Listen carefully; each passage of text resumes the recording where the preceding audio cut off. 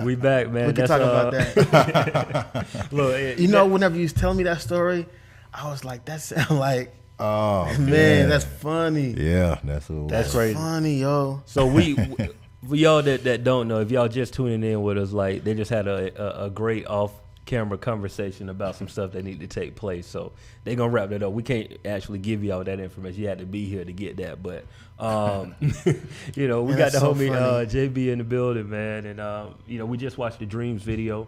That was off of the album you just dropped. What? A couple of years ago now, right? About a year ago. Man, you know, that's the thing I hate about. I didn't even consider when I dropped that album was the fact that it was 2013 and I put it out in December of 2013. Oh, so it feels like 2014. It should have been 2014. Yeah. But yeah, but now it's 2015 and it seems like it's old album. Yeah, you know I what got I'm you. saying? For a quarter, man. Yeah. I got you. But so my next one I'm gonna put out in the beginning of the quarter, Gotcha, so I can have an entire year, not the end of the year. The album has your daughter on the front cover, and you know anybody that follows you on your Instagram or your IG knows that, like, you know, she means the world to you. You know what I'm saying? I never forget though, like.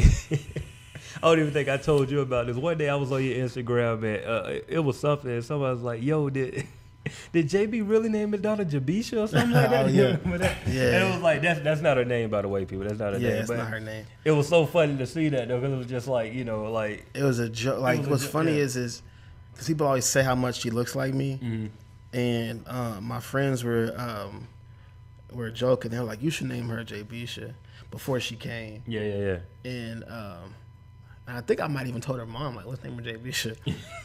But how did that conversation go? But her mom was dead. I probably had like 5 or 6 names. Yeah. But her mom was dead set on Sailor Rose. And but I'm pretty sure I told her Jabisha was one of the names I had. But whenever after she came and all my friends were like, "Yo, like she looks just like you. She's for real, Jabisha." So like I would just tag on Instagram. I post a picture. I would say, you know, Jabisha just for fun. Yeah. And so, and I used to have my my Instagram link with my Tumblr page. And so I guess like somebody was following me on Tumblr. Oh, okay. And I think they tweeted about it and says, "This guy on Tumblr, his name is JB, and he named his daughter Jabisha." So I remember seeing it. I was like, man, like people quick to try to make some memes, man. But I still might have a kid named Jabisha. I don't know. Just go for it, man. It don't matter, man. I don't really want any. I don't want a son. I want another daughter. So you know that'd be a good name for a daughter. So. Really? So you cool? Why no son? That's different. Man, you know, just because I feel like boys are like it's so dangerous for boys. You know what I'm saying? And you know, like with everything we deal with as black men, like it's so dangerous, you know, and you know, like and I don't know, I guess, and then there's that, and then there's the like for instance, my daughter, she might cry, you know, and over something silly she might cry, but when she cries over something silly, like I'm just like nothing she can do I can make me upset. I'm just like, oh, and I pick her up and I kiss on her and stuff. But if I have a boy and he starts crying, I'm gonna be like, yo, what you crying for? Get up. You know what I'm saying? And I just like, I don't think I can do it. You know what I'm saying? Like, I don't think I could like, I would just be so strict and so hard on them. Right. You know, I was reading a book about Marcus Garvey, and Marcus Garvey's dad dug a hole in the ground. I want to say like 8 feet, something like that. and pushed him in the hole when he was like 7 or 8, something like that. And pulled the ladder up. It was so deep, it had to have a ladder to get up. He pulled the ladder up and said, I'm teaching you a lesson. The lesson is, in this world, you can only depend on yourself. And you want to get out of that hole, you get out. And he had to claw his way out of that hole. Dang. And, like, it's so cruel, but I understand it. Yeah. You know what I'm saying? And I just feel like the way I would raise a son, I don't know if any woman would be able to deal with it. You know what I'm saying? And because I don't want my son to be out here like, you know, soft. I don't want my son to be out here, you know, being disrespectful to women. I don't want my son to be out here running the streets. You know what I'm saying? Like, and there's, you know, I don't like. There's so many ways to get lost in this world for a young black man. Yeah.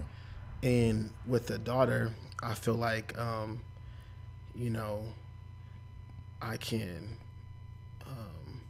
cover her and protect her in a way that whenever you have a son, you have to eventually let go and let them be a man and be their own man, you know.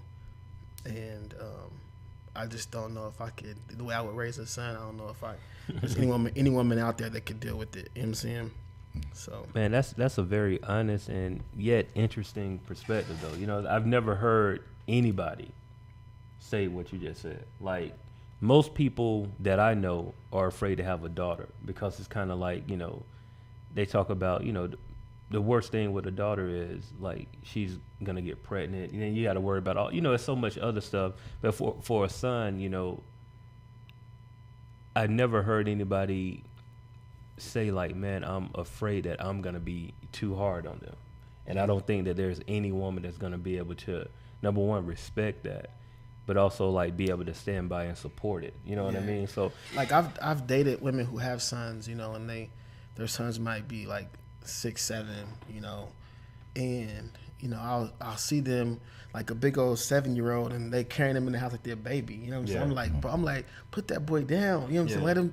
Let him be a man. Let him walk. You know what I mean? Or like she'll be like, clean your room, and he'll start crying and kicking in. I'm like, you know, like, and then she'll go in and clean it for him. I'm like, that's not how you teach a boy to be responsible for his own actions. You know what I'm saying? If he made a mess, now granted, if he's 3, you know what I'm saying? But if this kid is like, if this kid, you know, can go in the kitchen and open and shut a microwave and put food in it, then he's old enough to clean his own room. Yeah, absolutely. You know what I'm saying? Absolutely. And, you know, that's just one example, you know, but I just feel like it's so dangerous out there for black men, and the way I would raise a son would be totally different because, you know, for the most part, I was raised by my mom. You know, my mom and dad, they split up, I think, whenever I was around 10, maybe. Okay. Maybe a little bit younger. But, you know, even with all that, it was still just her. You know, if that makes sense. Yeah, I got you. And I'm gonna tell my family's business, but you know, it was still just her. And so, so I just, you know, like, you know, I was raised by a woman, so I feel like, you know, even the way she raised me, you know, was probably tougher than a lot of women, you know, raise their kids. You know what I'm saying? Because, you know, I do a lot of stuff on my own, you know, and I don't know, man. I just feel like we can't raise boys and treat boys the same way we raise and treat girls. You know what I'm saying? And I'm not, and I, you know, I don't remember when I being young and being, you know, a kid. Remember my dad hugging me and telling me he loved me and stuff when I was younger. You know, I get it now that I'm older, but I'm not saying don't do stuff like that because I look back on my life and I wish I had that with my pops. You know what I'm saying?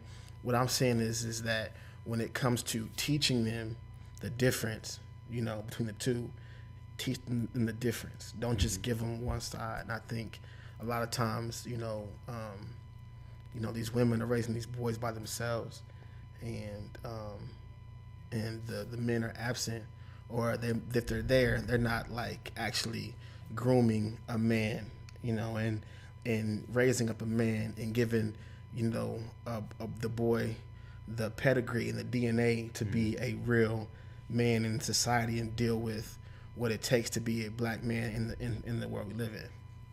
So I just want daughters, man. Yeah, I feel you. I hear you. But that's like Hennessy. Go ahead. I know because Hennessy, he got. Nah, that's because I down there the same. Yeah. I ain't got no kids. Yeah. But down there the same upbringing. You know what I'm saying? Like, shit, my dad split around that age too, and like I thought about, you know, when I do want to have some kids, I need to hurry up for the damn thing start working on me. But I kind of want daughters too. Yeah. But you know, it was because, like, I know you say you kind of scared for boys, young black boys or whatever. With me, my thing was I wasn't all the way sure if I would be able to raise one to be, you know, full grown man, because I'm still learning at this age because I didn't have, you know, I don't know nothing about going fishing and camping and just little things like that. Like I missed out on all that. On a car, you know what I'm saying? Like you know, my uncle taught my dad how to build a car from scratch. You know what I'm saying? And he never showed me how to change a tire. You know what I'm saying? Like, you know, just stuff like that. You know, I know how to do it now. Right. But that's because I you know, my mama taught me that if, you know, if you want to be a real man and be and take care of a woman, you got to at least know how to change her tire. You know what I'm saying? You know what I mean? And stuff like that. So, I just, and there's things that I feel like I should be PC about and not say, you know what I'm saying? But I get it, man. I don't want to get you in no trouble and nothing like that. But I feel like, you know, hearing both of y'all, you know, have that conversation, man. It's I'm just glad somebody else agrees with me, because everybody's like, you don't want no boys playing football and this and that. I'm like, yeah, that's cool. I'll play football with y'all's kids. You know what I'm saying? Yeah. No, it's an interesting perspective, and I don't necessarily disagree with it at all. I just think that we as people got to be more honest about where we're at. Yeah. You know what I'm saying? Like, there's a lot of people that won't say what you and Hennessy just said. Like, man, like raising a boy, I don't know if I'm capable of, you know what I'm saying, doing that the right way or whatnot. And I get it. Like me, I grew up, my parents still together. They've been married for 32 years. You know what I'm saying? And they, you know, everybody, of course, every relationship have ups and downs and whatnot, but, you know, they always allowed their children to see them make up whatever it was. You know, whether it was something simple or, you know, anything, like they always showed the making up process. You know what I mean? And growing up, I didn't think nothing of it. And then, like, now that you're older and you hear other people, you know, perspective, and it's like, dang, like, all of that stuff really helped shape me become the man I am. Like, my dad, I was always up under the hood of a car with my dad. Like, always. You know what I'm saying? To this day, if something go wrong with my car, that's the first call I make. Right. You know what I'm saying? Whether he know the answer or not, that's just, it's in me to do that. You know what I'm saying? And I think about, for me, that stuff was just so normal. But I got homeboys too that, like, dad, you know, either was never around or left, you know, parents got divorced or whatever. And, you know, they have the same type of conversation where it's like, man, your dad is really, like, your dad showed me so much stuff. Like, I got, most of my cousins, I got a lot of women cousins. My dad is their dad, like, straight up. Like that's it. Like, they ask my dad all kind of stuff. You know what I'm saying? Because it's not a lot of dudes. You know what I'm saying? And those, like, I got male cousins too, but it's just like, my mom is the only one that got married. Well, my mom is the only one that is married now. And I got on her side, and I got like four aunties, uncle, and she's the only one that's married. So it's like, my dad named Rick. Uncle Rick is like really Uncle Rick. Like, he is the father figure to a lot of, you know what I'm saying, like a lot of my kinfolk. And as a child, you take it for granted. And it's like, oh, okay, whatever. Like, I don't think nothing of it. And it's like, now I'm older, and I look at how important it is to have, like, a male presence in your life. Yeah. You know what I'm saying? Right. Because, like, especially like you say now, like, man, we getting, it's rough. You know what I'm saying? It's rough out here. Like, just to, you know, whether we was in the car, and it's like, dude, earlier today, it's like cops all up and down the street. It's like everywhere we look, like we literally ran into like about 5 cops in like less than a mile. Yeah. Like straight up, like everybody getting pulled over. And it's like you don't know what's gonna happen next. And you know, especially now in this climate, like you don't know what's gonna happen next. And if you were kind of taught to react a certain way, you know what I'm saying? You ain't thinking. It's kind of like, you know, sometimes having a dad there to tell you like, yo, chill, fight it tomorrow, live to fight it tomorrow. You know, you can try to attack the situation now, but if you dead, how you gonna resolve it tomorrow? Like, do the right thing today so you can come back tomorrow and handle that situation. And that applies to your not only cops but everything, your peers too. Yeah, absolutely, you know absolutely, like, yeah, all that stuff. And man. that's what's so important. I feel like, especially with raising a family, is that, you know, sometimes there's things that, you know, your mom can tell you, but if your dad said it to you, it's different. You know what I'm saying? I remember my mom would tell me something, you know, and if I might trip with her, and she'd be like, all right, I'm gonna call your daddy. You know what I'm saying? And it would make me feel a certain way. But then when that fool never show up, then you know what I'm saying? Like, it, you know, it didn't even matter. You know what I'm saying? But you know, I feel like now, you know, my dad and I are tight. You know what I'm saying? And I'm grateful for that, because, you know, there were times where he could have got taken out a long time ago, and there were times where I could have got taken out a long time ago. You know, and I just feel like, you know, we were given a second chance. You know, and the sad thing is that, you know, I'm older. I don't need him like I used to. You know, but I feel like with sons and with daughters, there are things that with daughters you can still I guess like protect them from, or you can show them, you know, if you're gonna be with a man, this is how I'm gonna treat you. You know, I'm gonna take care of you the way a man should take care of you whenever you decide to be with a man. Yeah. You know what I'm saying? If a man can't do this for you, you know, these things A, B, and C, then you need to be with that man. Yeah. You know what I mean? But, you know, with the son, you know, it's different. You know what I'm it's saying? different. Like, Yeah, I it's feel different. you. You know. I feel you. Yeah. And then a whole lot you can, you know, I got you. I mean, like, you know, I was, you know, the thing my dad told me about women. You know what I'm saying? I probably couldn't stay on the show. You know what I'm saying? Or, you know what I mean? I don't even talk like that. You know what I'm saying? Yeah. But, you know, what I can pass down to my daughters, you know, and show them, you know, this is the way a man's supposed to, you know, treat a woman, and this is how you should be taken care of. I feel like, you know, that's what I can give, and that's why I want, you know, a daughter. Yeah. Now you know, with all this being said, you're gonna have a son. I know, right? and now let's just make sure that nobody's pregnant. You know what I'm saying? Like, Oh man. with all this being said, nobody's pregnant. Yeah, I know. Yeah, you got to go ahead and clean the space. I got you on that, man. You know, we did say that we wanted to make sure that we got to the Emmy, because that shouldn't be taken lightly. I've never met an Emmy Award winner before I met you. So, tell us that, you know, for the people, like that's big things popping, as TIP would say. You know what I'm saying? So give us that story, man. Like, how did that happen? And you know, how do you get to an Emmy? You know what I'm saying? OKC to an Emmy, you know? Yeah, that's a dope album title. I'm just gonna talk. I'm leading. Yeah, I like that. Well, the guy who did the video for Stephanie, which I sent you guys, he also does like commercials and, you know, movies and everything. He does everything with film. And the Science Museum, which I didn't know they give Emmys for commercials. I didn't know that at all. But the guy who the Science Museum, I guess they had an idea for trying to promote science in a cool way. And this guy and another guy named Casey had an idea to another guy named Brian, Casey and Steve. They had an idea to make it like a rap video, and, you know, pretty much create a song about science.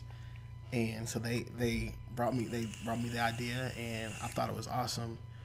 It was perfect because most of my career I've been involved with the community and with working with students in middle school and high school and stuff like that. So I thought it was perfect for somebody like me.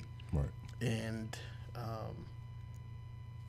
we just would sit down throughout the week, and they would give me the facts and information on who created what, who invented what, and we just pretty much formulated a song from it, and made it pretty much just like a song about science, or I guess it's more of a spoken word form, but it's about science and it's about invention. It's called What If, and the idea is, what if these people never did this, and this, we wouldn't have A, B, and C. We wouldn't be able to text, we wouldn't be able to do this what we're doing right now. So that was the idea, and they created an awesome commercial, and people just liked it, and I was just cool with that, just it being a cool commercial. And I don't remember who got the idea to try to submit it to the Emmys, but I think it was Casey, and they submitted it to the Emmys, and a few weeks later we got the email saying they were nominated. And so I was just fine with that. I'm an Emmy nominated performer, Emmy nominated rapper. Bam, I'm cool with that. Definitely. I'm a kid from the East Side, Emmy nominated, whatever. Like that was enough for me. Right. And the night of the awards, I don't know what those guys were doing, but I went out with some friends. We were hanging out, and I was trying to stay out and stay up just in case I got the call that we won, so I could celebrate. Right. Never got a call, and I went home. And I was just kind of like, well, we didn't win, whatever. We didn't even go to the awards because we didn't think we would win, and it was really expensive. So I want to say I was sitting there watching like Cheaters or something, and it was like 3 or 4 in the morning. And my phone said, "Doo-doo," and I picked it up, looked at it. And it was like, we won. Like, it was just, they had been emailing, we won. And I was just like, almost to the point where I wanted to cry. Because I knew, like, thinking about, for one, all the other people they could have chose, they chose me. Thinking about, where I came from, and if you look at where I come from and where I should have been, but I'm, winning an Emmy, and I was just thinking like why me? Like, you know what I mean? Like it just charged me up, right? And it really like let me know like I have a purpose, and I have I belong here, and this is what I should be doing, and I was just grateful and just happy and humbled by the whole thing, and just couldn't believe it, man. And I have the actual award in my mom's house, and I carried it around for about 3 or 4 weeks everywhere I went. But it got as to you the, should. It got to the point where people was like, man, if I see you out there Emmy one more time, I'm gonna take it. Right. If I see one more picture with that Emmy, I'm unfriending you. Yeah. Oh, we got callers calling in. What's good? Hey, man. I hope that's what it is. No. They call it for something else. But yeah, man, that's such a dope story, man. And just to see like coming from, like where you come from, to the Emmys though, bro. Like that ain't. Your name is in there with like some great people. Right. Yeah. You know what I'm saying? Like people love like what show people love like Breaking Bad. Like, they got an Emmy. Like right. I grew up watching Young and the Restless. Yeah. And whenever Young and the Restless comes on, or a commercial for Young and the Restless comes on, they say Emmy Award winning, you know what I'm saying, Young and the Restless, and I'm like, and I would grow up watching that, and and think I'm watching the Emmy Award winning show. You know what I'm saying? Because I don't know if you know about soap operas, but I watch my stories. But like, if somebody else watches the other stories, then it's like, well, mine is better than yours because it is. You know what I'm saying? Emmy. And so like, I would feel like that because my stories was like the one that was winning everything. Right. And so like just to and those people they work their whole lives to win Emmys and stuff like that, and here I am, you know, just trying something and doing something that I love to do. Right. And out of nowhere, I win one too, you know. So I'm just grateful and blessed, man. That's dope, man. That's definitely dope. But man, this been one of them episodes, man. Yeah. It's been one of them episodes for real, man. You know, I really appreciate you coming through, bro, because it's like it ain't every day that you get somebody to come here. And you know, my goal, just personally, whenever I get somebody that's not from the city to come here, show them what's not on TV and what's not on, you know, on all the, you know, the internet and you know, people come here and think like, man, like they're huge fans of Atlanta, like love and hip hop. And it's like, man, is it really like that? And it's like, no. I mean, you got pockets now. You gonna run into some, you know, beautiful women. They're gonna be all made up, and you know, they might have a little attitude. You might run into that, but for the most part, Atlanta is not that. You know what I'm saying? Yeah. What you see on the TV, it's not every record that you hear is turn up. You know, Papa Molly, all of that. Like, it's some other stuff here too. You know what I'm saying? And it's like, that's my goal. Just that's so crazy because, you know, I never thought about another city having to deal with stuff like that because being from Oklahoma, we deal with that all the time. And people, they'll be like, so like, is y'all ride horses and y'all live in teepees and stuff? And I'm like, bro, it's 2015. Yeah. You know what I'm saying? Wow. You know what I mean? Or they be like, it's black folks in Oklahoma? Yeah. You know what I'm saying? But they're watching Thunder games and they were looking at the crowd and seeing, you know what I'm saying, all the white people in the crowd, you know what I mean? And not realizing that that's just the Thunder game. You know what I mean? You know, but yeah, I mean, like, so that makes a whole lot of sense, you know, like people will have a misconception of, you know, what's there just based on, you know, I think what the media and what, you know, what pop culture shows you. Yeah. And, you know, if I tell someone I'm coming to Atlanta, that's the thing they say is, oh, shoot, you know, where's Scrappy gonna be and stuff like that. I'm like, man, I ain't, you know what I'm saying? Like, I've been here a bunch and I've never been around anything like that. You know what I'm saying? I've been here a bunch of times, never been around anything like that. I've been to some cool events, some cool parties and met some really cool people. And I've seen some celebrities or, you know, whatever. But, you know, it's not like I've never been, you know, like that where it's like every day is like it's like a Hollywood show. You know what I'm saying? And I think that you know, the more we try to portray real life and reality that is real life and is reality, the better it is for people to understand, you know, what it takes in this industry, right. And not just show them, you know, the bright lights and stuff, but actually show them, you know, the struggle and the hard part and the hustle and the pain and the blood, sweat, and tears. Because, you know, you'll see somebody on a TV show and, you know, all of a sudden there's somebody just because they popped up and they were a dancer at this club and somebody seen them or whatever. But I mean, that's not real. Like that's not how things happen in real life. Right. You know, that's how it happens on TV. So I just think that it's our responsibility as people who people listen to, you know, whenever we can, give an actual voice of reality and, you know, and show them that there is that side. It exists, but that's like 1% of you know what goes on, you know, out here. Right. So people don't stop getting entertainment confused with reality. Exactly. You know what I'm saying? Exactly. These conversations we had today, especially, you know, talking about the upbringing and these kids and stuff, that's reality.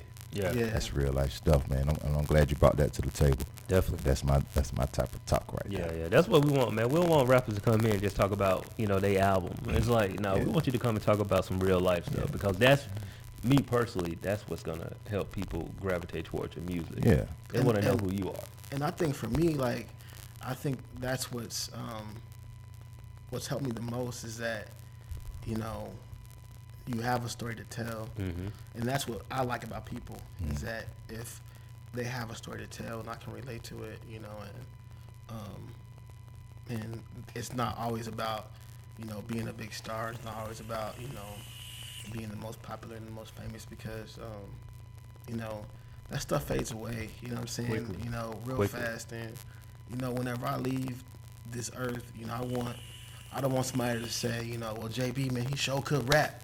Or JB, man, he sure could dress. You know what I'm saying? Or I want somebody to say, man, that dude changed my life. You know what I'm saying? Like, I wouldn't be where I am today if it weren't for JB's help.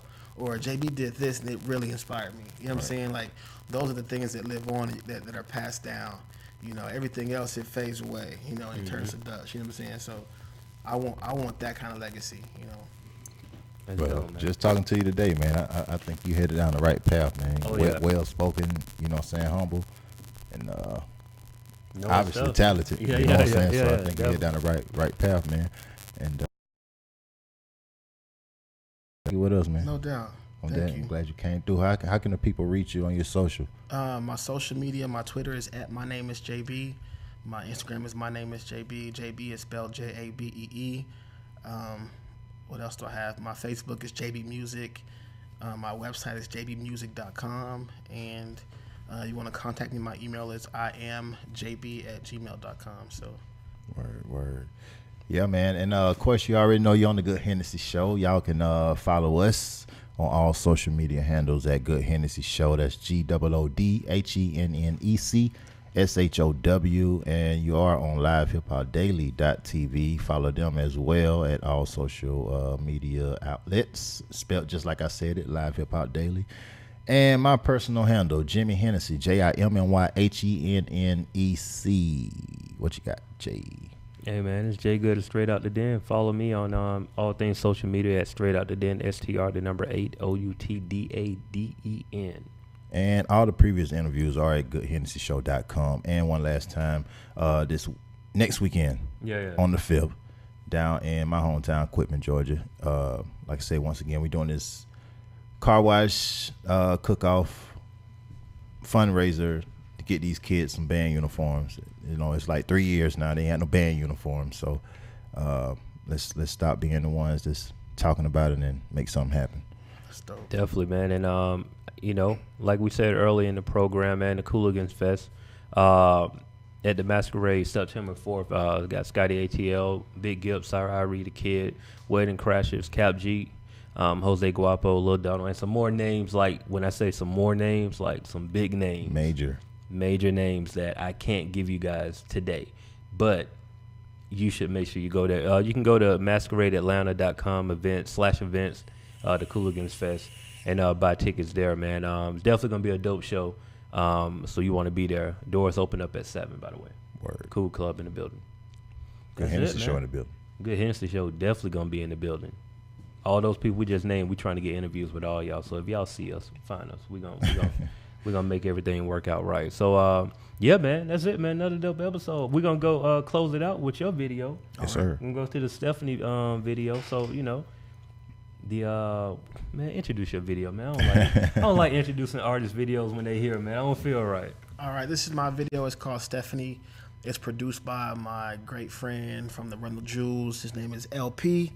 And thank you for watching it. Dope, man. See y'all next week. Yes, sir.